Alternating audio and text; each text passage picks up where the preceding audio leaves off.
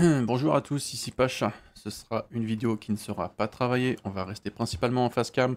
J'ai même pas été couper les cheveux, je ressemble à rien. Et je m'en bats les couilles puisque on est juste là pour répondre aux questions des fans sur la boutique d'artefacts.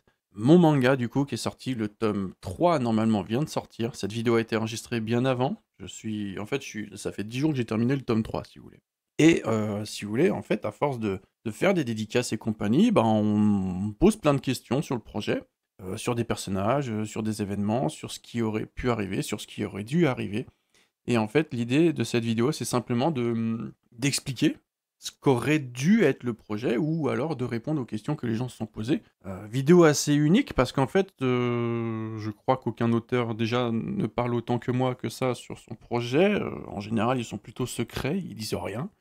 Et en plus là que le projet est terminé, je vais vous expliquer en quoi le projet aurait dû aller beaucoup plus loin. Parce que certes, ça s'est terminé en 3 tomes, mais si vous voulez, moi dans l'idée, j'avais une histoire plus longue en tête qui faisait à peu près une dizaine de tomes, 10 ou 15 tomes, et donc on va revenir là-dessus. Pour ceux qui découvrent, donc je suis Pacha, j'ai écrit La boutique d'artefacts. Il s'agit d'une série fantastique sur un univers français donc qui se passe à Paris. Le tout un peu basé sur des vœux. En gros, vous voyez My Hero Academia, vous imaginez un peu que tous les pouvoirs des personnages viennent d'un vœu qu'ils ont fait, et globalement, vous avez plus ou moins ça comme histoire, mais c'est un petit peu plus tourné vers une enquête à la base. C'est une série qui était en 3 tomes, série qui s'arrête au 3e tome, qui aurait pu continuer si jamais la série avait été un succès, mais ce n'est pas le cas. Il n'y a simplement pas assez de personnes qui ont été curieuses, et donc ça s'arrête là. Cette vidéo-là va donc retracer les questions que se posent certaines personnes, vu que j'ai déjà fait des sessions de dédicaces, on m'a posé des questions et je me suis dit, tiens, c'est marrant, est-ce que je les noterai pas? Je les ai notées. Donc disclaimer, attention, cette vidéo-là contient du spoil, évidemment. Si jamais vous n'avez pas lu le tome 3, vous pouvez vous mettre la vidéo de côté. Au pire, si jamais vous avez peur de la perdre ou quoi, ou de ne pas la retrouver, vous mettez un petit like, hein.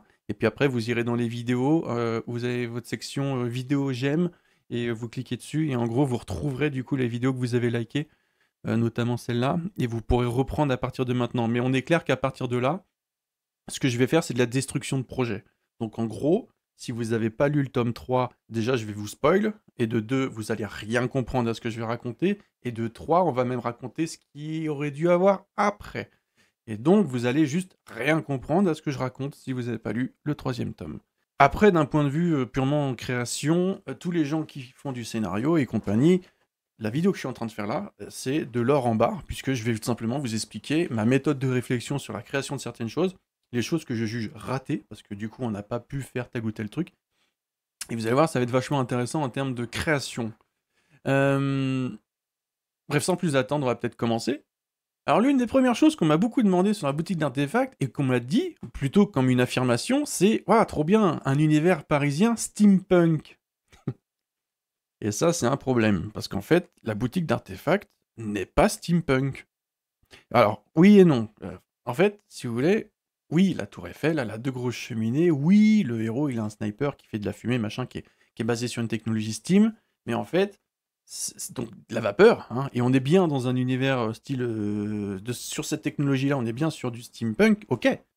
Mais en fait, ça, c'est 5%, tu vois, de l'univers. Parce qu'en fait, si vous voulez, la boutique d'artefacts, c'est Paris. Et Paris, c'est quoi? C'est 20 arrondissements.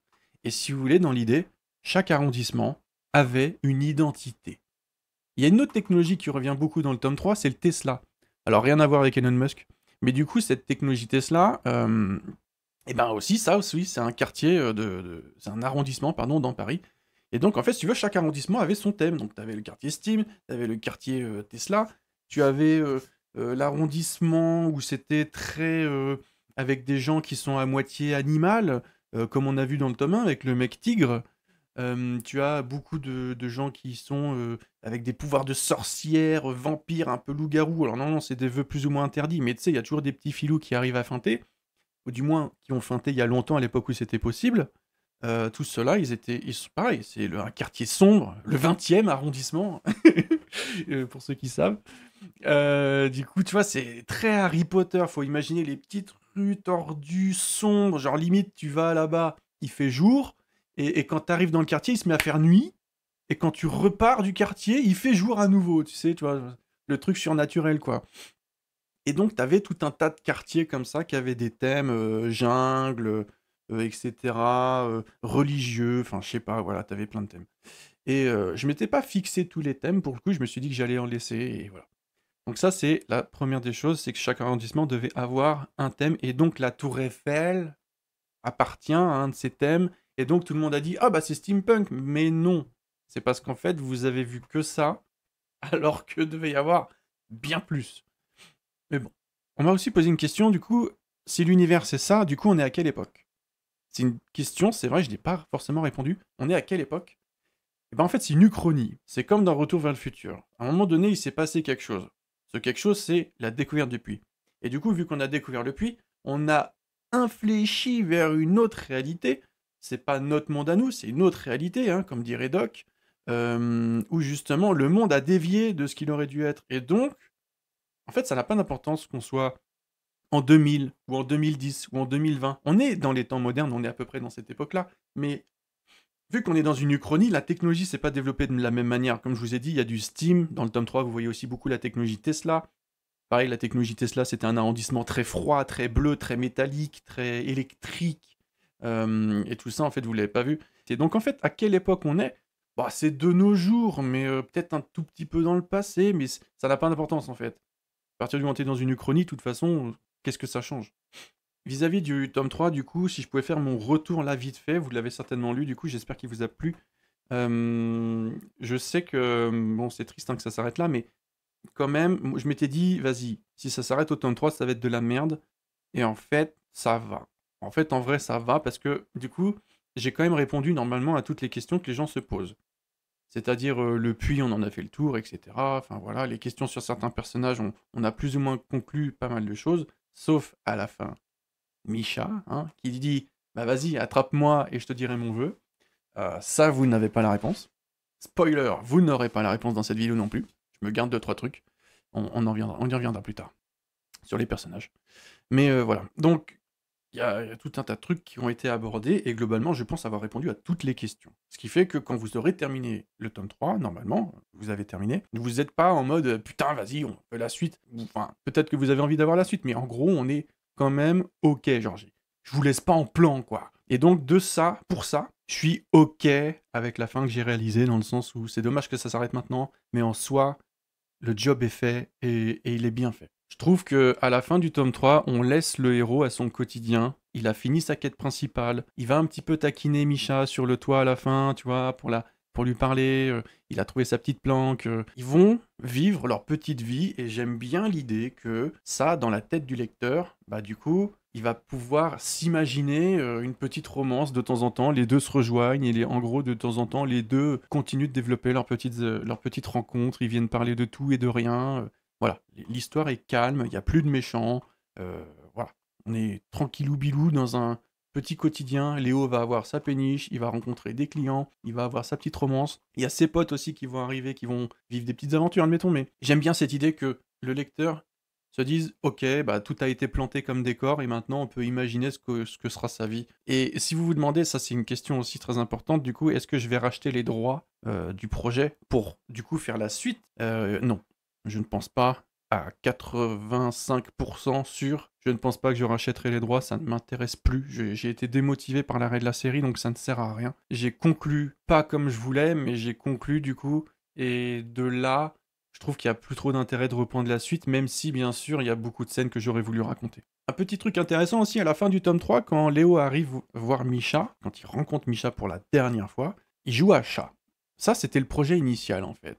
C'était d'arriver à un moment critique de leur relation où en gros, elle est suffisamment ambiguë pour que Misha accepte que Léo lui court après et qu'en même temps Léo comprenne que Misha se sente pas agressé si jamais il lui court après.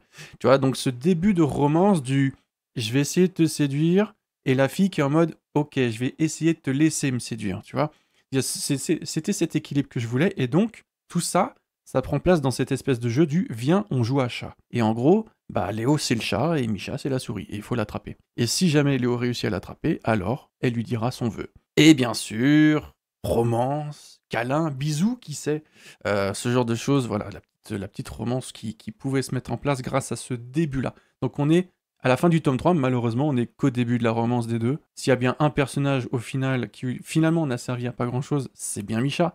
Mais dans l'histoire principale, elle servait pas à rien et vous savez pourquoi. Vous savez pourquoi? Parce que du coup, il y a ce système de fondateur dont elle est la gardienne. Mais ça, on y reviendra plus tard. Il y a une autre scène du coup. Donc en fait, cette scène-là, justement, avec Misha, elle aurait dû être au milieu du tome 3, si jamais on était parti sur une grande série. Parce que du coup, il y a une scène coupée où on aurait dû mettre ce jeu de chat et de souris au milieu du tome 3. On aurait dû aussi avoir une autre scène coupée qui, elle, était plutôt vers le 3/4 du bouquin, qui était une scène où justement, quand Léo et Camille ils sont en gros dans l'hôtel où il y a tous les fantômes, ils trouvent un train fantôme. Et en gros, c'était une scène complètement comique où en gros, c'est un manège. Et quand tu rentres dans ton petit wagon, le wagon il avance. Et en gros, tu vas explorer l'histoire illustrée par des fantômes. Donc en gros, il y a un décor en carton-pâte. Tu sais, tu te balades. Puis tu as un gros décor gigantesque en carton-pâte où il y a une fausse pyramide d'Égypte. Et tu vois des fantômes qui sont en train de miner, de sculpter la pyramide. Ils sculptent pas, ils apportent des pierres, mais tu vois ce que je veux dire. Il y en a qui sont en train de peindre les hiéroglyphes, il y en a qui sont en train de fouetter les esclaves. Enfin voilà, tu vois, tu t'imagines ce genre de décor fait par des fantômes. Sauf que du coup, vu que le lieu est détraqué à cause de l'artefact de l'appareil photo là, du coup, vu que le lieu est détraqué, du coup, il y a les fantômes qui se mettent à attaquer les wagons, alors que normalement, c'est pas prévu comme ça. Du coup, ils doivent tirer, donc ça devient un jeu où ils sont sur des rails en train de tirer en même temps parce que le décor les attaque. Du coup, t'avais ce côté où t'avais l'Égypte, après tu passais sur la Grèce, avec la Grèce antique, les mecs qui jettent des lances et tout, c'est des Spartiates. Après, tu passais sur la Seconde Guerre mondiale, ça partait en couille complet, ils commençaient à jeter des grenades. Genre, tu les vois heureux comme des gamins, là, les deux dans leur putain de wagon. Et, et du coup, il y avait vraiment un délire du genre, oh ouais, viens, on va dans le manège. Alors que, du coup, non, t'es pas là pour ça, tu vois. Mais si, viens, on va dans le manège. Et t'as Rafale qui leur dit, c'est mort, elle est pas là-dedans. Et du coup, ils y vont quand même, bref. Et t'avais toute une scène à la fin, genre, ça durait qu'une quinzaine de pages, mais en gros. J'avais pas la place de le mettre, ça, c'est pour ça que c'est une scène coupée. En gros, c'était la Seconde Guerre mondiale. T'avais un gros méchant à la moustache qui apparaissait en fond avec en fantôme, avec une armée de fantômes. Et du coup, t'as les fantômes français qui, eux, vont au front, qui sont alliés aux héros. Ils passent par-dessus bord de la petite navette, là. Enfin bref, ils tirent dans tous les sens. T'as un tank fantôme qui débarque sur le côté. Enfin bref, gros délire, tu vois. J'étais parti en mode, allez, on fait un truc de ouf avec des fantômes, genre... Et à la fin, tu termines par les deux mecs avec les cheveux en pétard, tu vois, les fringues un peu abîmées, et puis ils sont tout contents, tu vois, genre un gros smile de gamin, et puis ils s'arrêtent, parce qu'ils ont fini leur tour, et là, t'as Camille qui fait « Allez, encore un tour !» Et t'as Rafale qui détruit le bouton qui permet de lancer la machine, tu vois, en mode « C'est mort !» Tu vois, genre, la grosse bande de gamins, là. Mais ça posait un problème, cette scène, c'est que du coup, on changeait un peu de ton. Mais genre, ça aurait été trop drôle de faire ça, tu vois. Ça aurait été un gros délire de gamin, mais peut-être que ça dénotait, parce qu'après, tu passes sur une scène tragique, où justement, Léo retrouve son oncle et tout. Ça faisait un peu un truc qui cassait le rythme grave du récit, tu vois. Mais de toute façon, j'ai pas eu de place, donc dans tous les cas, voilà. Et donc, devait y avoir cette scène, et à la fin, en gros, vu que ça aurait pris beaucoup de place, on serait arrivé sur... l'apparition de Faucheuse, en gros, ça aurait été, je pense, la fin du tome 3, si jamais on continue sur une grosse série. C'était, paf, Faucheuse arrive, parce que du coup, Léo a eu ses révélations, etc. Voilà. D'ailleurs, vis-à-vis des révélations, le fait que l'oncle balance tout, c'est un peu une facilité scénaristique. Hein. On peut parler des facilités scénaristiques, il y en a quelques-unes dans le tome 3, il y en a même pas mal. Parce que justement, j'ai besoin de conclure. Je manque de temps. Je sais que là, le bouquin, dans 40 pages, il est fini. Alors, faut que je débite de l'info parce qu'en gros, il y a des questions que les gens se posent. Donc oui, c'est une facilité scénaristique, par exemple, que le fantôme de l'oncle ne soit pas détraqué à cause de l'artefact. Parce qu'il devrait, normalement. Mais du coup, il l'est pas. Et du coup, à la base, dans le récit, il devait être un peu détraqué. Et c'était en ça que Léo n'aurait pas tellement avancé dans sa quête principale. Parce qu'il n'aurait pas obtenu toutes les réponses qu'on a là au tome 3. Et toutes les réponses qu'on a là au tome 3, elles étaient un peu distillées petit à petit au fur et à mesure des tomes, tu vois. Mais là, du coup, j'ai tout balancé d'un coup. Et voilà. Du coup, Léo aurait récupéré l'artefact de la mort, mais sans comprendre vraiment ce que c'est, tu vois. On aurait éclairci ça au fur et à mesure. Et ça aurait été un choc, normalement, de comprendre que, oh mince, en fait, le puits, il peut réaliser plusieurs vœux. Sauf que, comme il y a des limites qui ont été mises, voilà. Ça, c'était une facilité scénaristique, malheureusement, on n'a pas pu y échapper. Idem pour le héros qui rétame Faucheuse d'un seul coup. Bon, c'est un peu facile, hein. facilité scénaristique. Mais en fait, on n'a pas le choix, on n'a pas le temps. Il fallait que ça avance. Donc je sors un truc du genre, ouais, il fusionne avec Isabelle, machin. Elle lui donne un peu de puissance de fantôme, je sais pas quoi, machin. Boum, il tape. Bon, on peut imaginer que comme Faucheuse, il est intangible. Du coup, il n'a pas l'habitude de se faire taper. Donc si tu le tapes bien comme il faut, pour le coup, il peut facilement être sonné. Parce qu'il n'a pas l'habitude de prendre des coups. En soi, il y a une logique, tu vois, mais c'est un peu, ça manque un peu d'action du coup, mais j'avais pas le temps. Même si la scène est stylée. Je suis très content de ces planches-là, pour le coup. Idem, du coup, oui, alors, pour revenir, l'artefact de la mort, en fait, vous savez pourquoi, du coup, il est magique, parce qu'en fait, l'appareil photo en lui-même contient le vœu qui bride le puits sur les morts, et vous avez aussi l'espèce de lentilles qui sont collées dessus, qui font que, en gros, le machin, c'est un rétroprojecteur 3D, VR, enfin voilà, le truc de fou, qui fait que tous les fantômes peuvent se manifester dans l'hôtel. Et sa puissance alimente l'hôtel. Donc ça, c'est cool. Mais si l'objet s'est détraqué, c'est pas parce que le temps a passé. Non, en fait, à la base, l'objet, il y avait un troisième artefact qui était venu à se greffer à lui. Et ça, les gens, ils le savent pas. Et c'est pour ça que c'est parti en couille dans cet hôtel. C'est que justement, il y a une épine de rage qui est venue se greffer à l'appareil. Un troisième artefact. C'est une épine de rage, en gros, c'est un peu comme les réplicants dans Stargate. Donc des espèces d'araignées mécaniques, là, mais avec un dard en métal qui peut ressortir d'en dessous. Et en fait, cette araignée mécanique vient se planter sur les gens, dans la colonne vertébrale à l'arrière, et te plante l'aiguille. Et en fait, elle prend ta rage, elle prend cette rage et elle la transforme en puissance pure. Et du coup, t'es plus fort, t'es plus rapide, t'es plus machin, tu deviens un peu pas un Saiyan, mais tu vois, un mec fort, quoi. Et le truc, par contre, c'est que du coup, tu es animé que par la rage. Et donc, il y avait cette idée que l'artefact, cet objet-là, à un moment donné, il va voir Léo, il va se désolidariser de l'artefact de la mort pour venir se sauter sur Léo, parce qu'il comprend que Léo est plein de rage. En gros, Léo, dans cette version-là de l'histoire, n'avait pas les réponses qu'il voulait. Il y a Faucheuse qui arrive, il a la rage, tu vois, il a le seum, il n'a pas les réponses qu'il veut, il voit son oncle, il est détraqué, il est mort, mais enfin, bref, il comprend qu'il est vraiment mort. Donc c'est que de la rage à ce moment-là, il est déçu à mort, hein, Léo, dans cette version. Donc, l'épine de rage va sauter sur lui, se planter, et il va devenir très très agressif, très méchant, peut-être même dire des vérités méchantes à ses amis qui l'accompagnent à ce moment-là. Peut-être même, il y avait une version du coup aussi où du coup, bah, en fait, au tome 4, ce qu'il fait, c'est qu'il va voir Misha pour lui soutirer des infos, mais pas version gentille, tu vois, cette fois. Ça allait casser un peu la romance d'ailleurs. C'est que du coup, il allait faire quelques pas en arrière à cause de ça, c'est qu'il allait peut-être même être méchant avec Misha, la bousculer, pour obtenir des réponses. Mais du coup, il y avait une idée où, en gros, la douceur de Misha, le fait qu'elle comprenne que c'est pas vraiment lui, le fait qu'elle se dise, là, il est pas dans son état naturel, et tu vois, la douceur de Misha fait que Léo aurait repris conscience, et du coup, l'artefact maudit se serait décollé. Voilà.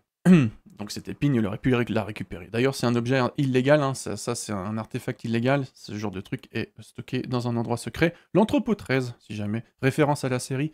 Bref, cet entrepôt, d'ailleurs, vous le verrez jamais, du coup, puisque on n'a pas le temps. Bref, et ces révélations, alors, dans tout ça, hein, quand Léo obtient, du coup, toutes les infos. On va parler de l'éléphant dans la pièce. Qu'est-ce qu'aurait dû être le projet, la boutique d'artefacts, sur le long terme? Eh bah, c'est simple, vous l'avez compris, peut-être vous avez déduit qu'en fait, à la base, Léo retrouve un artefact fondateur, vous comprenez ce qu'est un fondateur, et en fait, vous comprenez qu'il y en a d'autres, et que Faucheuse va les chercher, et que du coup, bah en fait, Léo est pas censé battre Faucheuse à ce moment-là, normalement, c'est un peu l'ennemi de la série, tu vois. Donc, si tu veux arrêter le grand méchant, il faut contreparer son clan, donc il faut contrecarrer son plan. Donc il faut retrouver tous les fondateurs. Et pour ceux qui l'auraient deviné, oui, c'était ça la quête principale du héros. Les 3 premiers tomes, c'est on comprend pourquoi l'oncle est mort, et à partir de là, quête principale, on doit retrouver tous les fondateurs. Et donc, dans l'histoire qui terminait dans bien plus de tomes que ça, Misha avait en effet planqué peut-être 1 ou 2 fondateurs. Mais c'est tout. Parce qu'en fait, les autres fondateurs sont planqués ailleurs. Ils ont été planqués par leur ancien propriétaire. Ce qui fait qu'en fait, on arrivait dans un système où, en gros, Léo devait affronter des donjons, comme dans un JDR, comme dans un jeu de rôle. Il y avait des donjons dans Paris, et souvent sous terre. L'hôtel du dernier au revoir, c'est un donjon, en fait. C'est un donjon. Et devait y avoir des lieux de ouf, comme ça. Chaque lieu aurait eu un thème. Ce qui est un peu dommage d'ailleurs, parce que vis-à-vis de ça, on a un peu trop de fantômes. Dans le tome 1, 2 et 3, surtout dans le tome 1 et dans le 3, on a beaucoup de thématiques sur les fantômes. Je suis un peu déçu de ça. parce que j'aurais aimé qu'il y ait peut-être un peu moins de fantômes. On va se dire, ouais, le mec, il a voulu se la jouer Conjuring. Bah oui, alors Isabelle, c'est une référence à Conjuring, mais je suis pas aussi fan des fantômes que ça, hein. Dans l'idée, il y avait plein de choses à explorer, mais malheureusement, le fait qu'il doit y avoir des révélations, forcément, ces révélations, ça se fait avec des fantômes, parce que son oncle est mort. Donc, tu vois, il y avait un peu trop de fantômes. Et donc, on va revenir du coup sur les autres artefacts. Les autres artefacts fondateurs avaient chacun un thème, la science, l'unicité, etc., etc. Ils avaient tous des thèmes, la richesse aussi. Et en gros, chaque donjon aurait été un peu une thématique là-dessus. Et amenant des aventures, parfois comiques, parfois tristes, parfois dangereuses, parfois... Voilà. Et donc, dans l'idée, il fallait récupérer tous les fondateurs avant Faucheuse. Parce que Faucheuse aussi les cherche. Et c'est en ça qu'on avait une histoire qui pouvait tirer sur la longueur. Parce qu'il y a cette quête principale, mais il n'y a pas que ça. Il y a aussi tout le fait que, en fait, le héros, à partir de là, il commence son quotidien. En fait, il a ouvert sa boutique, il va avoir des clients qui vont venir, qui vont apporter leurs problèmes, etc., etc., sur des problèmes quotidiens au héros, des aventures du quotidien, genre un mec souhaite avoir une petite amie, quel artefact Léo pourrait lui vendre pour trouver une petite amie, tu vois. Bref. Donc on m'a demandé aussi vis-à-vis de l'univers, par exemple, est-ce que Dreamos du coup c'est les méchants? Alors ça c'est facile, hein, c'est ce genre d'histoire facile où en gros bah il y a une société qui contrôle le pouvoir, donc du coup ça veut dire que la société est méchante. J'aime pas cette idée. J'aime pas cette idée et je trouve que c'est trop facile. Donc pour la boutique d'artefacts, non. Dreamos n'est pas méchant. Les gens qui viennent bosser à Dreamos ne sont pas méchants. C'est juste Luciel qui est méchant, qui est détraqué. Et donc, vu qu'il a les pleins pouvoirs, bah à lui seul, en fait, il est... Ah, spoiler, du coup. Luciel, dans l'histoire principale, dans la grande histoire, n'est pas faucheuse. Il est faucheuse dans le tome 3, parce que ça conclut, mais en fait, Luciel n'est pas faucheuse. C'est un pantin, parce que sinon, bah du coup, comme par hasard, quand Faucheuse apparaît, ah bah bizarrement, Luciel, bah il est pas là, hein. Bah oui, si Faucheuse est là, Luciel est pas là, tu vois, parce que du coup c'est la même personne. Hein, c'est comme Superman, hein. Quand Superman apparaît, ah bah bizarrement Clark Kent il est plus là, hein. Et tu sais, il y a jamais personne qui s'est dit, c'est bizarre, à chaque fois qu'il y a Superman, Clark Kent il est jamais là, bizarre quand même, hein. Donc en fait du coup, tu vois, Faucheuse c'était un pantin. Et du coup, vu que j'étais un pantin, c'était un peu une personne vide, et c'est d'ailleurs pour ça que y a une espèce de lampe dans Faucheuse, au niveau du buste, parce qu'en fait, bah, Faucheuse est vide, c'est une coquille vide en fait. C'est pour ça qu'il a une plante. Et si vous vous demandez, mais attends, c'est chelou, là, Luciel, il avait une lampe plantée dans le buste, le héros, il lui retire, on sait pas trop comment, dans cette scène-là, et du coup, c'est chelou, non? Parce que, bah, il est censé avoir un trou dans le corps, du coup. Bah, non. C'est qu'en fait, Luciel ne devait pas être Faucheuse. Même si Faucheuse était contrôlée par Luciel pour créer un monde parfait, en gros. En gros, je vous la fais courte, il a tellement été saoulé. Alors, par contre, pourquoi il est méchant, c'est la vraie raison. Avec l'amitié, le brisage d'amitié. Mais pourquoi, du coup, est-ce qu'il fait ça? Parce que, justement, il veut créer un monde parfait où les amis ne se trahissent pas, et où les gens vivent dans des sociétés parfaites, etc. Comme il l'a dit, je veux poursuivre le rêve de mon père pour rendre ce monde parfait. Et sauf que lui, il veut s'y atteler façon abstergo, hein, c'est-à-dire quitte à supprimer le libre arbitre des gens. Donc du coup, ça fait de lui un méchant avec une quête, mine de rien, qui est compréhensible et noble, d'une certaine manière, même s'il le fait mal du coup. Donc voilà à peu près pour l'univers. Et pour la quête du héros. On va parler de quelques regrets par rapport à la série au global sur les 3 tomes qui ont été faits. Là, j'ai parlé pas mal de l'univers de ce qu'il aurait dû être. On va parler des regrets de tels que c'est maintenant, mais pourquoi je les ai, voilà, on va parler de ça. Globalement, du coup, bah j'ai manqué de place. Et ça, c'est un vrai problème. Parce que, du coup, la boutique d'artefacts, ça fait un peu fourre-tout. L'univers est tellement grand que j'avais plein d'idées à mettre dedans, et du coup, ça fait un peu fourre-tout.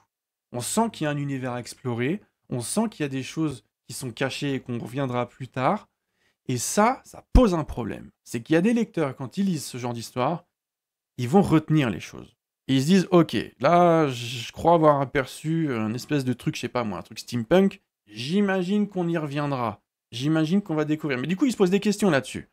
Et ça, c'est un problème, parce que du coup, ça crée un truc, c'est que pour percevoir ces choses-là, il faut lire la boutique d'artefacts de manière attentive. En fait, la boutique d'artefacts, son problème, vu qu'il est assez fourni, et assez fourre-tout, c'est que du coup, ça nécessite une lecture attentive de la part du lecteur. C'est pas un bouquin que tu peux lire en diagonale, tu vois. Et je pense qu'une œuvre est mieux quand tu peux la lire un peu en diagonale. Parce qu'il y a des fois, t'es un peu moins dedans, tu sais. Tu ouvres un bouquin, t'es en mode, ouais, bon, t'es un peu moins dedans. Et l'investissement que je demande à mes lecteurs, à cause de ça, il est peut-être un peu trop élevé. Et en ça, c'est un problème. Et pour pallier à ce problème, je pense qu'en fait, la solution et le plus gros problème, et que j'ai souligné dans la boutique dans la critique Bad Cop Good Cop sur la boutique d'artefacts, vidéo qui n'existe plus, mais je peux vous mettre l'extrait vite fait, mais bref, à ce moment-là, en fait, il y avait un argument qui disait qu'en fait, peut-être que l'histoire n'aurait pas dû commencer comme ça. Peut-être qu'on aurait dû, enfin que j'aurais dû, oui, Canard et moi, quoi, j'aurais dû partir sur, en fait, le héros, il a déjà la boutique, il y a déjà des clients, ils viennent et ils posent des problèmes. Et très important aussi, ils posent des problèmes simples. Parce que il y a un autre problème, c'est que dans ces 3 tomes, on attaque directement des vœux qui sont assez complexes. On attaque des vœux où en fait, bah t'es pas censé pouvoir faire ce vœu, mais il y a un mec qui l'a feinté comme ça. Il y a le truc, tu vois, il y a le truc de sirène. Pareil, le vœu de sirène, c'est pas un vœu simple. Et du coup, ça manque un peu de vœux simples, même s'ils sont faciles à comprendre. Hein. Quand on croise le mec tigre au début dans le tome 1, le mec tigre, bon bah on se dit, il veut être à moitié tigre. Voilà, on cherche pas plus loin. Il y a l'ange, là, Tristan, l'ange, lui, il veut voler. Bon bah il met un anneau, il a des ailes, boum, c'est un ange, il peut voler, tu vois, voilà. C'est un vœu simple. Et ça manque un peu de ça à cause du début que j'ai eu. Mais le problème de faire ce début-là, c'est simple, c'est que il aurait fallu du coup faire tout sous forme de flashback. Genre, t'imagines tout ce qu'il y a dans le tome 1, tome 2. Alors il y a des trucs qu'on aurait pu ne pas le mettre en flashback. Genre la quête de Ruby, pas besoin de le mettre en flashback, tu vois. Mais toute la rencontre avec du coup l'oncle, le fait qu'il a retrouvé son oncle, le machin, tout ça, tu vois, il aurait peut-être fallu faire tout ça en flashback, ça aurait été trop chiant. Il y aurait eu littéralement un tome complet de flashback, quoi. C'est trop. Donc c'était... J'ai pas le niveau, en fait, de scénario nécessaire pour pouvoir commencer par ce début-là, tout simplement. Mais un japonais aurait certainement commencé ça. Il aurait certainement commencé par le héros, il a son agence, ça lui donne des missions, et ces missions vont lui permettre d'avancer dans sa quête principale. Et petit à petit, tu découvres les tenants et les aboutissants de la quête principale. Et tu comprends qu'en fait, le but, c'est de récupérer tous les fondateurs. Et qu'en fait, la quête, c'est simple, c'est celle de Thanos. Tu récupères juste les pierres d'infinité pour qu'à la fin, t'aies le gant de Thanos, tu vois. C'est ça, en fait, la boutique d'artefacts. C'est ni plus ni moins que la quête de Thanos, tout simplement. Retrouver toutes les pierres d'infinité. Et le pire, c'est qu'on parle de tout ça sur comment on aurait dû faire un nouveau début. Mais même en ayant un nouveau début, en ayant une autre histoire un peu différente, en fait, est-ce que c'est ça qui aurait fait que la série aurait fonctionné? Je suis même pas sûr. Je suis même pas sûr parce qu'en fait, il y a eu une certaine quantité de tomes 1 qui ont été vendus, et qui te dit qu'avec un autre début, on en aurait vendu autant, ou moins, ou plus, en fait. En fait, la vérité, c'est que si une série est mal écrite, tu le vois au tome 2. Parce que genre les chiffres du tome 2 se cassent la gueule. Et c'est pas le cas. Moi, les chiffres du tome 2 sont plutôt ok. Hein. Les gens, quand ils lisent, bah du coup, ils sont assez contents de l'histoire. Moi, je vois tout à fait là où ça pourrait être mieux. Tu vois, j'ai l'idée d'un autre début, mais en soi, les gens sont quand même assez contents de la série. Et le tome 2 se vend de manière ok. Et le tome 3, je pense que vu qu'on est sur une série qui va être courte, bah du coup les gens, quand ils sachent parce qu'il y a beaucoup de gens en fait, si ils savent que la série fait que 3 tomes, eh ben ils vont l'acheter. Parce qu'il y a des gens, en fait, ils cherchent des séries courtes. Et en ça, c'est bien. Parce que quand ta série fait toujours 10 tomes, bah c'est 10 tomes x 8 balles, c'est 80 €. Tu vois. Et il y en a, ça les fait chier. Ils veulent des séries courtes. Et donc je sais qu'avec la sortie du tome 3, pareil, il va se vendre pas mal, et ça va rebooster les ventes du 1, et ça va rebooster les ventes du 2. En soi, le problème, c'est juste que il n'y a pas assez de curieux à l'initial, tu vois, au début, à l'initiative. Il n'y a pas assez de curieux qui ont laissé sa chance au tome 1. Mais je sais qu'une fois que vous avez lu le tome 1, en général, vous avez lu le 2, puis après, bon, vous dites, oh, il reste juste le 3, après c'est fini, bah vas-y, je prends le 3. Tu vois, ça vous coûte pas grand-chose, du coup. Donc je sais que l'histoire, pour ça, plaît plus ou moins. Voilà. Mais je peux pas m'empêcher de penser que le début aurait pu être différent. Je sais pas si ça aurait changé quelque chose. On va pouvoir passer du coup au nerf de la guerre, les persos. Vous avez beaucoup de questions sur les persos, c'est un truc de fou. En dédicace, vous me posez plein de questions sur les persos. Il y a des questions auxquelles je vais répondre, il y a des questions auxquelles je vais pas répondre. Parce que là, ce que je suis en train de faire, c'est une destruction de projet. Vous voyez, je suis en train de vous expliquer les tenants et les aboutissants de là où on aurait dû aller, de la quête principale que je visais. Concrètement, je suis en train de détruire le projet en direct là devant vous. Hein. Ça ne sert plus à rien maintenant de raconter. Parce que je suis en train de tout vous dire là. Donc, pareil, quand on va attaquer les persos, je vais vous dire des choses. Du fait que je vous les dise, bah ça casse un peu le truc, tu vois. Du coup, il n'y a plus trop d'intérêt de raconter. Mais il y a quand même encore des petits trucs que je vais me garder. pour me donner quand même l'idée que je vous ai pas tout dit et que ça laisse quand même une lueur d'espoir. Hein. On va y revenir, mais voilà. Alors, commençons par Ruby. Je suis content pour Ruby de ce que j'ai fait. Parce que Ruby, c'est la parisienne excentrique, voilà, qui a pas froid aux yeux, tu vois. C'est la parisienne, quoi. Et surtout, toute sa quête est close. Ça, c'est très important. J'ai juste fait une erreur. Ça, faut pas le faire. J'ai ouvert sa quête au tome 1 et elle n'est conclue qu'au tome 3. Et après, au tome 2, genre, elle est mise en suspens, tu vois. Au milieu, c'est mis en suspens. Faut jamais faire ça. Faut jamais faire ça. Et je sais que c'était une erreur au moment où je le faisais, mais en fait, si je voulais arriver à un climax précis au tome 1, je devais laisser Ruby de côté. Quand vous faites des chapitres thématiques, vous ne devez pas ouvrir une quête, puis la refermer, puis l'ouvrir plus tard. Ça, c'est ce qu'on fait dans les jeux vidéo pour les quêtes secondaires, par exemple. Mais pas dans un manga, pas sous forme de série. Vous devez pas faire ça sous forme de série. Donc ça, c'est une erreur. J'ai ouvert la quête de Ruby, et après je la laisse de côté, et on y revient qu'au fin tome 2, début tome 3, vous voyez. Par contre, au moins, sa quête, à un moment donné, il y a l'éditeur, il me dit, ouais, le truc sur Ruby, ça dure un peu longtemps quand même au niveau du tome 3. Est-ce que tu penses que tu vas arriver à terminer quand même du coup? Est-ce que tu penses qu'il va te rester assez de pages pour conclure l'histoire? Et je lui disais, écoute, c'est simple. Si je ne travaille pas l'histoire de Ruby, parce qu'il y a 70 pages au tome 3, c'est pour elle à la fin. Si je ne termine pas de raconter son histoire, son vœu, etc., au final, on aura raconté quoi dans la boutique d'artefacts? On aura raconté que dalle. Donc laisse-moi au moins le plaisir de raconter au moins les tenants et les aboutissants et la morale du vœu de sirène, par exemple. Donc voilà. Donc je suis content parce qu'on a terminé sa quête, elle est grande. Et Ruby, du point de vue du personnage, alors du coup, quelle était sa fonction? Parce que j'ai plutôt des personnages fonctions, même si elle est un peu travaillée, bien sûr, mais c'est pas juste un outil. Déjà, on va revenir sur un point important. Vous l'avez deviné quand vous avez vu cette scène-là. Ruby est amoureuse de Léo. Voilà. Mais elle a toujours été amoureuse de Léo.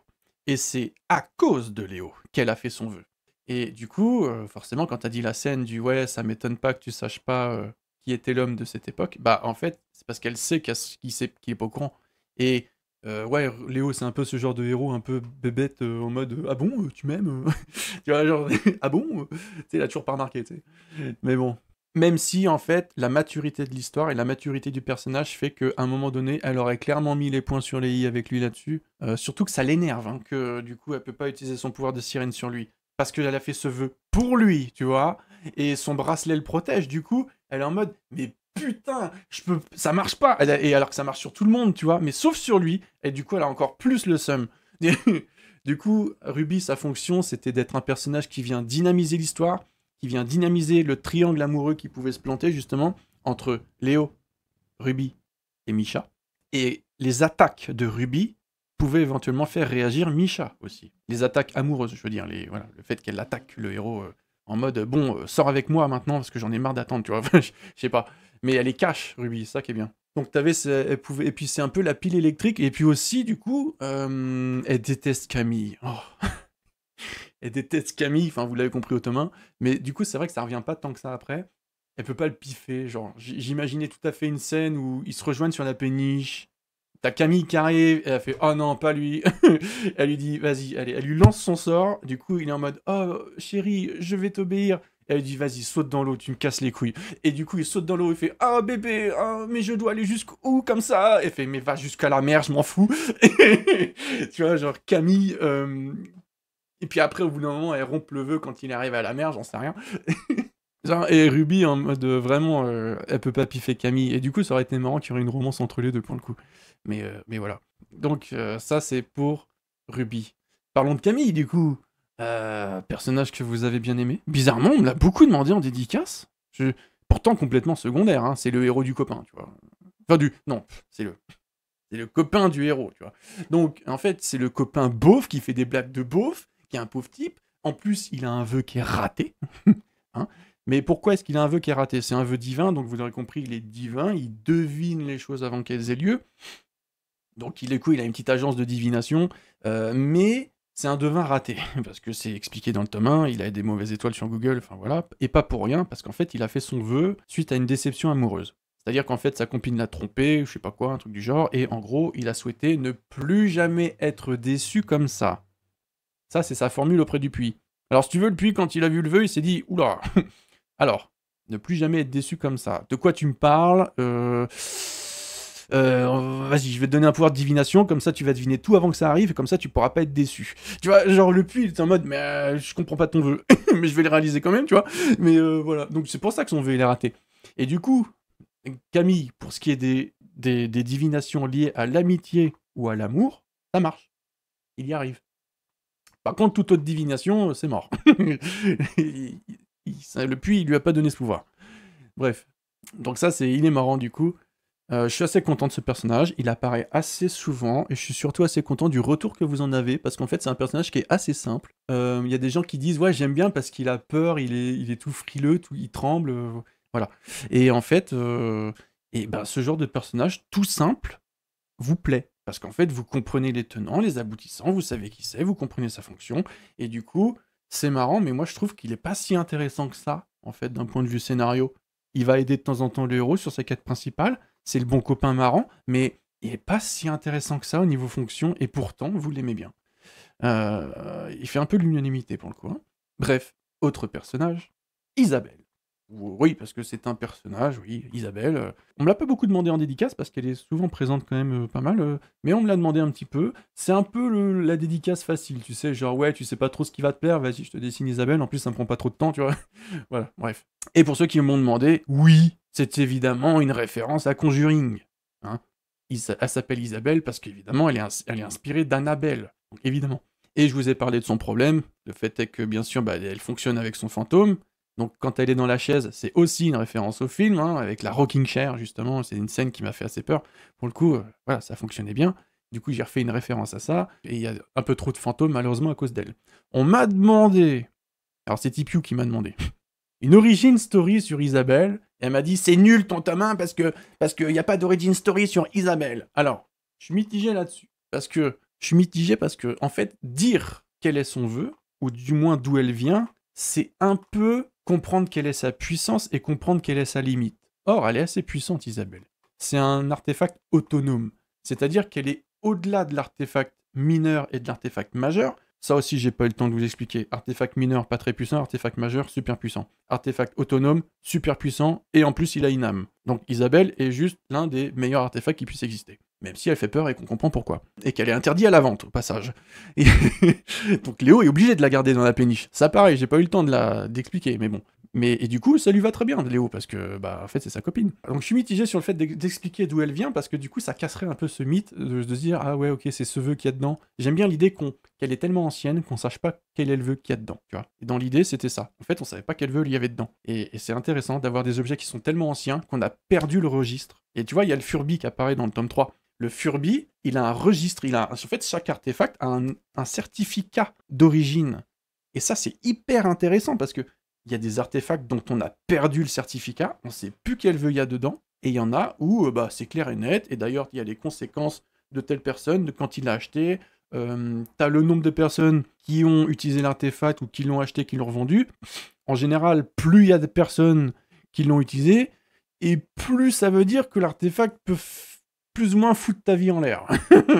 Parce que, en gros, s'il a eu beaucoup de successeurs, c'est que globalement, c'est un peu comme une bagnole à problème, tu sais. Les mecs se rebalancent la patate chaude, tu vois ce que je veux dire? Mais du coup, c'est tellement tentant, tu vois, d'avoir un artefact, même s'il est défectueux. Donc voilà, c'est ça qui est intéressant avec les livrets d'origine. Donc voilà, je suis mitigé par le fait qu'il fallait faire une origin story. Peut-être que j'aurais fait ça au bout d'un moment, mais au final, je ne l'ai pas fait. On peut passer sur Rafale, du coup, qui est l'un des persos les plus récents.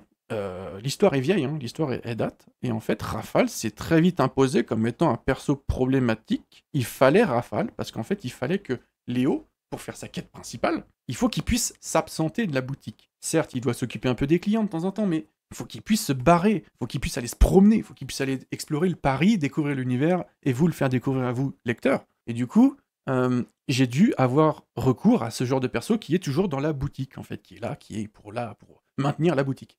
Du coup, ce qui fait d'elle le perso le plus récent, et du coup, référence aussi, évidemment, c'est une Black Hawk Hunter. Évidemment que c'est une Black Hawk Hunter qui fait référence au fait qu'en fait, c'est une Black Rock Shooter, tu vois. C'est une Miku, en fait. C'est une Miku Dark. Ça a toujours été une Miku Dark, et évidemment, on a raconté à elle son origin story. C'est une meuf qui vient d'un animé, qui chante. C'est une Miku. Genre, et il y en a qui l'ont pas capté. Évidemment que c'est une Miku. Et donc en fait, du coup, c'est une Black Rock Shooter, donc la version dark, parce qu'elle s'est transformée suite à la mort de son auteur. Enfin bref, vous avez lu le tome 2, de toute façon. Et très important, on m'a demandé, mais non, je ne veux pas de romance entre Léo et Rafale. Elle a une fonction précise, s'occuper de la péniche pendant que Léo va se promener, et c'est tout. Et au passage, filer un coup de main de temps en temps parce qu'elle est trop forte. Voilà. Par contre, elle est fragile, comme un avion de chasse en fait. Tu te prends 2 balles dans l'aile, c'est fini, le truc il s'écrase. Donc c'est un peu le même système. Et c'est évidemment, si elle s'appelle Rafale, c'est évidemment une référence à l'avion de chasse français, évidemment, c'est pour ça. Enfin, vous l'avez compris, j'espère ça. Hein. Le blouson en forme d'avion, enfin, j'imagine que vous avez compris. Hein. Elle apparaît plutôt beaucoup, et ça c'est bien, donc je suis assez satisfait. Et à partir du 2, en fait, à partir du moment où elle apparaît quasiment tout le long après du tome 3 et tout. Elle explique des choses aussi sur l'univers, c'est très important, c'est sa fonction. C'est que Léo, comme il a quitté Paris pendant toute son enfance, bah, du coup, il n'est pas tellement au courant des nouvelles règles, on va dire, des nouvelles lois peut-être qui ont été votées. Il a un peu laissé Paris de côté, du coup, les artefacts, même si il en connaît 2-3, même s'il a quelques facilités, bah, il est un peu largué, il a besoin d'être remis à jour. Et Rafale permettait cette mise à jour. Donc je suis plutôt content, c'est un personnage réussi. On va passer à un personnage raté maintenant, le commissaire. Alors, il y en a qui l'aiment bien. Je suis complètement déçu de ne pas avoir pu faire ce que je voulais faire avec le commissaire. Il apparaît pas assez, et ça c'est un peu du fait que j'aurais peut-être dû partir sur un autre début. Le principal problème du commissaire, c'est qu'on n'a pas étalonné sa puissance. Par exemple, vous avez vu One Punch Man. À chaque fois qu'il y a un héros qui arrive, un méchant qui arrive, qui a l'air toujours plus fort que le méchant précédent, One Punch Man il arrive, il met un coup de poing, boum, c'est réglé. Et du coup, t'es en mode, c'est chaud. Parce qu'à chaque fois qu'il y a un mec trop fort, qui a l'air de faire des dégâts de malade mental, il y a One Punch Man, il arrive, boum, il met un coup de poing, c'est réglé. Bah, commissaire, c'est pareil. En fait, à chaque fois qu'il y avait un mec qui foutait la merde dans Paris, bah, la police, elle en chie, les bagnoles, elles sont en feu, tout est explosé, les quartiers sont ravagés. Bref, c'est le chaos, c'est à feu et à sang. Et t'as le commissaire qui arrive parce qu'il pouvait pas être là en temps et en heure. Il arrive, il fait, c'est toi le problème, pouf, coup de poing, plus de problème. Tu vois, viens en prison, fais pas chier. Bah, vraiment, c'est One Punch Man, en fait. C'est Saitama dans One Punch Man. Donc, ça, ces scènes-là, vous les avez pas eues. Parce que j'ai pas eu le temps. Et donc, sa puissance n'a pas été étalonnée. Vous ne vous rendez pas compte à quel point il est fort. Et c'est en ça, du coup, qu'il y a un flic, à un moment donné, dans une scène, quand il voit le commissaire se taper contre Faucheuse, il dit à un moment donné, ouah, je pensais pas qu'on pouvait se 1v1 contre le commissaire, quoi. Jamais personne n'a 1v1 le commissaire, c'est impossible. Il est la justice, il est le pilier de la justice de cette ville. Personne ne l'a jamais battu, tu vois. Que pour une fois, il y en a un qui lui tienne tête, bah c'est ouf pour les flics. Sauf que nous, en tant que lecteurs, c'est pas si ouf que ça. Parce qu'en fait, on connaît pas la puissance de Faucheuse. Faucheuse est très fort. Faucheuse est vraiment le méchant le plus fort de la série, parce qu'on peut pas le toucher, parce qu'en plus, il a des pouvoirs, donc, enfin, il a plein de vœux, bref. Donc on peut lui imaginer, c'est un peu comme All for One, là, justement, dans My Hero Academia, il a tous les pouvoirs, en fait. C'est exactement ce genre de truc, tu vois, c'est exactement ce genre de méchant. Il a tous les pouvoirs, le mec est imbattable, quoi. Non, lui, il est One for All, plutôt. Je sais plus le nom, je sais plus, All for One ou All for All, je sais plus. Bref, le méchant dans My Hero Academia. Et ce qui est marrant, d'autant plus avec Commissaire, c'est que du coup, il soutient à tout le monde qu'il a pas de vœux. Alors, avec une gueule comme ça, faut m'expliquer comment il a pas de vœux, hein. Mais du coup, moi, je le sais. Mais du coup, vous le saurez jamais, hein. Voilà, je vous le dis. Enfin, je vous le dis pas, du coup. On va passer à quelqu'un d'autre, tiens, très intéressant. Alors lui, je pensais pas parler de lui, mais Tristan, l'ange. Bon, vite fait. Hein. Lui, en gros, c'est marrant parce qu'en fait, en le dessinant et en faisant l'aventure qu'il avait, bah bizarrement, je me suis rendu compte que il avait typiquement le genre d'aventure qui fait qu'il va rejoindre l'entourage du héros. Vous savez, c'est ce fameux ennemi à la con qui est pas très fort, mais quand même qui pose un problème, qui a un mauvais caractère, mais finalement que tu peux changer. Et du coup, il y avait un côté où du coup, il devient un peu pathétique quand il doit vendre son anneau parce qu'il a plus d'argent, parce qu'il s'est fait virer. Et du coup, il commençait déjà à avoir un petit peu cette route où en gros, bah, il était un peu assigné à peut-être rejoindre l'équipe de la péniche. Qui sait, il aurait pu vendre des artefacts hein, dans la péniche avec Rafale. C'est quelque chose qui aurait pu être possible. Et c'est d'autant plus intéressant que je pense ça, parce que j'y ai pensé en le dessinant. Je me suis dit, putain, je pourrais le faire même revenir plus tard. Il serait genre par terre en mode SDF. Léo le recroise, tu vois, au détour d'une rue. En mode, mais qu'est-ce que tu fais là? Et le mec, il a tout perdu. Il a perdu sa maison, sa femme et tout. Il est à la rue. Du coup, Léo, il a pitié de lui. Du coup, il dit, bon, allez, vas-y. Bon, je te file un job à la péniche. Vas-y, viens. Les affaires, ça va. On peut t'embaucher. Vas-y, je vais te redonner un job. Tu vois, tu me fais pitié, tu vois. Et du coup, t'aurais mis ce mec-là avec Rafale. Et là, pour le coup, éventuellement, romance entre Tristan et Rafale, tu vois, ça aurait pu aussi être intéressant. Ou sinon, ça aurait été une espèce de jeu d'enfant, les deux peuvent pas se piffer, tu vois, j'en sais rien. Tu fais des petites scènes comiques, les deux peuvent pas se piffer, comme dans Mahou-sama avec Lucifer qui rejoint l'appartement, tu vois. Enfin bref, ce genre de truc marrant. Et ce qui est d'autant encore plus marrant dans cette histoire, c'est que du coup, il y a un fan qui me l'a dit. Il m'a dit, ah ouais, lui, c'est con, mais je le verrais bien rejoindre l'équipe. Et je suis en mode, putain, il a pensé comme moi. Alors que c'était pas du tout prévu, en fait, genre. Mais du coup, bon, ça se fera jamais. On va très vite passer sur le trio de Dreamos, c'est-à-dire Luciel, Loulou et Divine. Donc oui, Luciel, c'est faucheuse, même si c'était pas lui, en fait, c'était un pantin, mais bref, vous avez compris. Loulou, c'est le garde du corps, donc... Alors pourquoi il s'appelle Loulou? Parce qu'en fait, c'est un loup-garou. Alpha et Oméga, pareil. Je vous ai pas expliqué ce que c'était un alpha ou un oméga dans l'univers. En gros, vous voyez les artefacts majeurs autonomes. En gros, il y en a plus ou moins qu'un seul dans sa catégorie. Bah, pour les vœux, c'est pareil. Par exemple, tu maîtrises l'électricité. Si tu maîtrises l'électricité à un point où tu es le plus fort de tous, tu es l'alpha si tu es un homme et tu es l'oméga si tu es une femme. Donc Loulou, c'est le loup-garou le plus fort de tout l'univers. Et il est garde du corps de Luciel pour empêcher les gens qui veulent le tuer. Parce que oui, Luciel, forcément, a ses détracteurs. Et Divine, même si en apparence il est beau gosse, hein, voilà, il fait le beau, hein, mais on sait pas que c'est le méchant, mais voilà, il a ses détracteurs. Et Divine, bah c'est pareil, c'est une devin, au même titre que Camille, sauf que elle, son vœu, il est pas claqué au sol, il est très bien, il est très puissant, et en fait, ça fait d'elle l'oméga. Et d'ailleurs, toute attaque contre le puits est impossible, parce que c'est Divine qui prévient les autorités qu'il va y avoir un mec qui va forcer l'entrée du puits. Et donc, l'attention de Divine est concentrée sur la protection du puits et sur la protection de Luciel.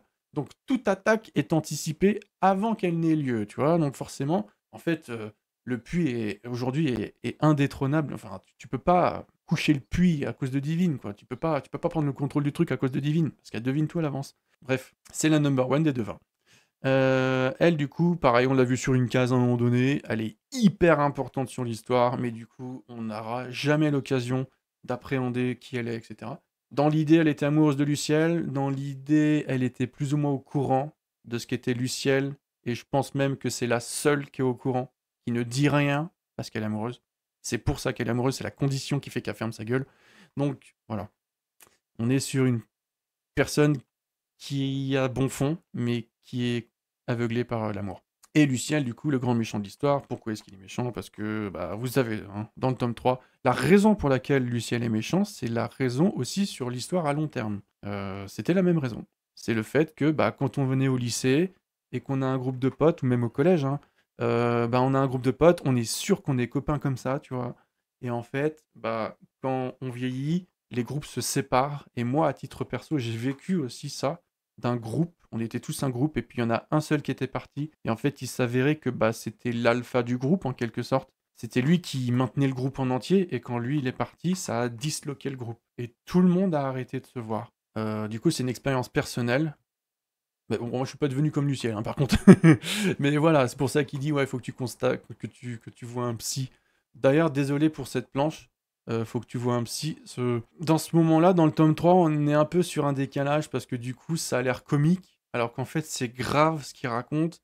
Et en même temps, t'es en mode, bah oui, mais frérot, va voir un psy, en fait, tu vois. Enfin, j'ai rien d'autre à te dire à part le fait que t'es con, tu vois, genre... Donc désolé pour cette planche-là, je savais pas quoi faire pour conclure ici. J'ai conclu en double page avec une grande image de débile, tu vois. J'étais en mode... Alors ça passe ou ça casse au niveau du lectorat. Écoutez, je suis pas fier de cette planche-là, mais je voyais pas quoi faire d'autre, hein. Et enfin, on va passer... Alors, il y a certainement d'autres personnages sur lesquels j'ai pas parlé. Et après, donc, il va rester notre duo de tourtereaux, Léo et Misha. Pour Léo, bizarrement, on n'a pas grand-chose à dire. Euh, je suis pas déçu du personnage. Je suis pas content du personnage. Il aurait dû être plein de choses.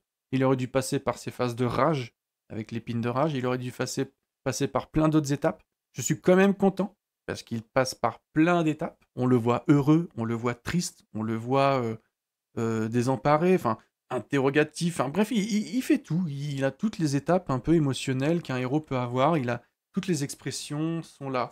Je suis assez content de ça, normalement, parce que le manga est avant tout émotion. Maintenant, il aurait pu être plein d'autres choses. Et la question aussi du point de vue se pose, Léo aurait pu être plein de choses. Imaginez une seule seconde que on n'était pas dans une boutique d'artefacts.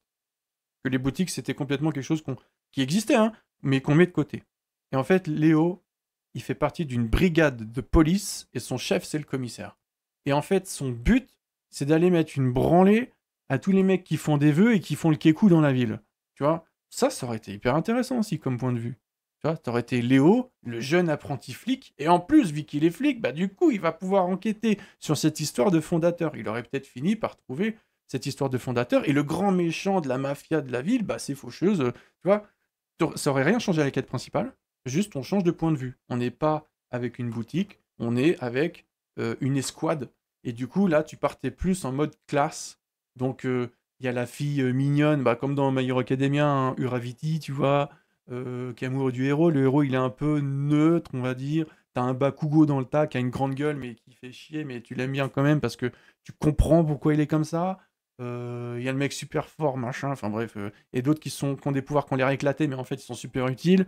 Bref, tu peux tout à fait te faire ta petite escouade façon classe d'école. Et en gros, tu te retrouves avec 10-15 personnes à travailler qui forment une petite escouade. Et en gros, tu pars en Fire Force, quoi. Un peu, c'est Fire Force, tu vois, mais version vœu, tu vois. Et ça aurait été vachement intéressant de faire ça aussi. Il y avait plein de possibilités. Il y avait une version au tout début où Léo était un détective privé. Donc il n'y avait pas trop d'histoire d'artefacts, même s'il se servait de 2-3 artefacts pour ses quêtes. Il n'y avait pas de ça au début, tu vois. Bon, j'ai choisi finalement de partir sur la boutique parce que ça permettait d'instaurer un quotidien un peu plus tranquille, un peu plus tranche de vie, avec un petit peu plus d'humour, et surtout cette romance avec Misha qui prend de la place, et donc de faire des petits moments où ils sont à huis clos, eux et lui, enfin eux deux, en haut des toits de Paris, en train de faire leur petite romance. Voilà. Mais la version de Léo qui aurait pu être un flic dans une escouade de flics dans un monde avec des vœux, ça aurait été génial, hein. Ça aurait été trop bien. C'est un spin-off possible. C'est tout à fait possible d'ailleurs. Vous pouvez, si jamais vous avez envie, hein. Mais bah, faites gaffe parce que c'est Kana qui a les droits et que je les récupérerai pas. Donc faites des fanzines si vous voulez, mais faites pas le truc en vrai, quoi. Mais ça pourrait tout à fait être un spin-off, hein.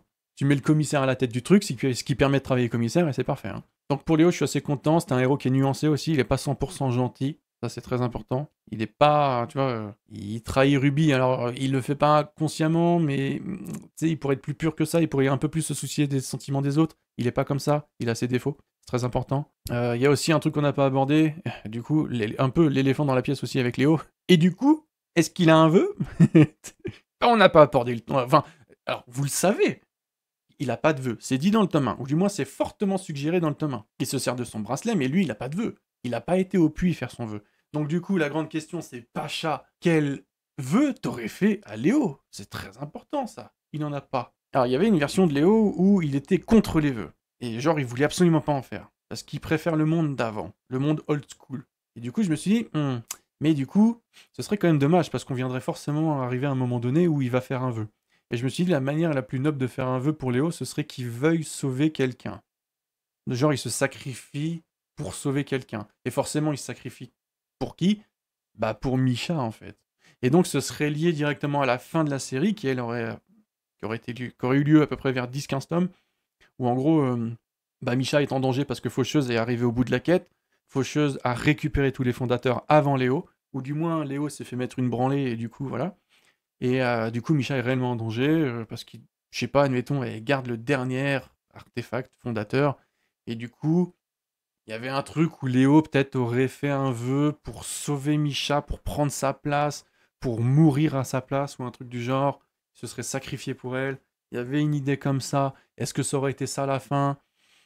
Bof, j'aime pas trop l'idée de faire mourir un héros pour rien si tu peux l'éviter, mais pourquoi pas, ça aurait été un peu. Ça aurait été une manière de conclure. Voilà. Mais bon, donc pour revenir sur Léo, en ça, je suis content parce que, comme je disais tout à l'heure, en fait, on a compris sa quête, on a compris quel est son quotidien, on a compris qu'il fait sa petite romance avec Misha sur les toits le soir, et donc il va la retrouver, il se taquine, ils essaient de jouer à chat, il essaye de l'attraper. À un moment donné, on imagine qu'il y arrive, tu vois. Est-ce qu'elle lui dit son vœu ou pas, ou est-ce que juste tu vois, genre, t'imagines, il l'attrape, donc il la touche. Léo n'a jamais touché Misha, ne serait-ce que lui tenir le bras. lui tenir la main. Il l'a jamais fait, tu vois. Et c'est l'intérêt de Misha. C'est qu'en fait, Misha, pourquoi est-ce qu'à chaque fois qu'elle apparaît, c'est cool? Parce que, un, elle est super distante au point qu'il l'a jamais touché.